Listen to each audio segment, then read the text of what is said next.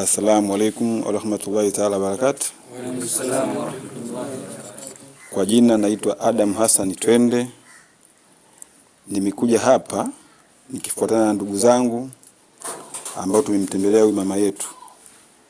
Na isitoshe mimi ni mwenyekiti wa hii media Shelkan TV online.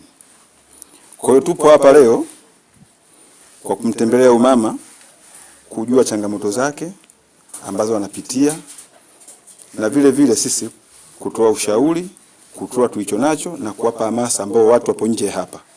Kwa hiyo tunachokifanya hapa kiwe chachu kwa wengine, waone mama anayopitia na waone mama mambo anayofanya kwenye jamii, ionekane kwamba yeyote atayeguswa na hili jambo basi Mwenyezi Mungu tunamuomba amfungue ili aweze mama kuja kumsaidia. Na changamoto kubwa aliyosema mama kwamba ana tatizo ya sehemu ya kuishi.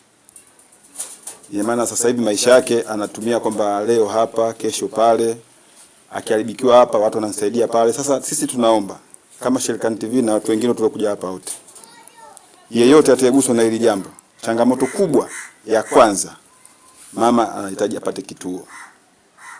Na sisi tutasimamia hatua kwa hatua. Kwa yoyote ambaye atasema mimi nipo tayari kuchangia hiki, akisema mimi bana naweza kuchangia jengo zima, sisi tuko tayari kumfuatilia huyo mtu kupitia media yetu.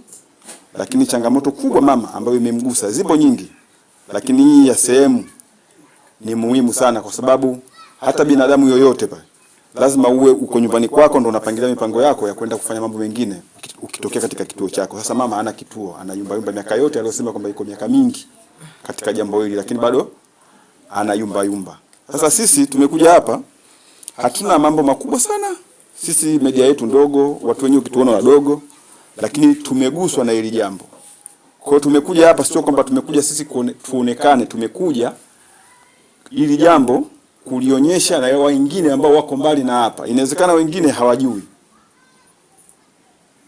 Tukasema watu mbona wana hela, wana nini, washindwa kusaidia, hawajui. Sasa sisi tumekuja kama chachu ya kuwafikishia ujumbe. Kwa hiyo tunaombeni watu wote jamani, mnayetutazama katika hii media, tunaomba msaada kwa huyu mama.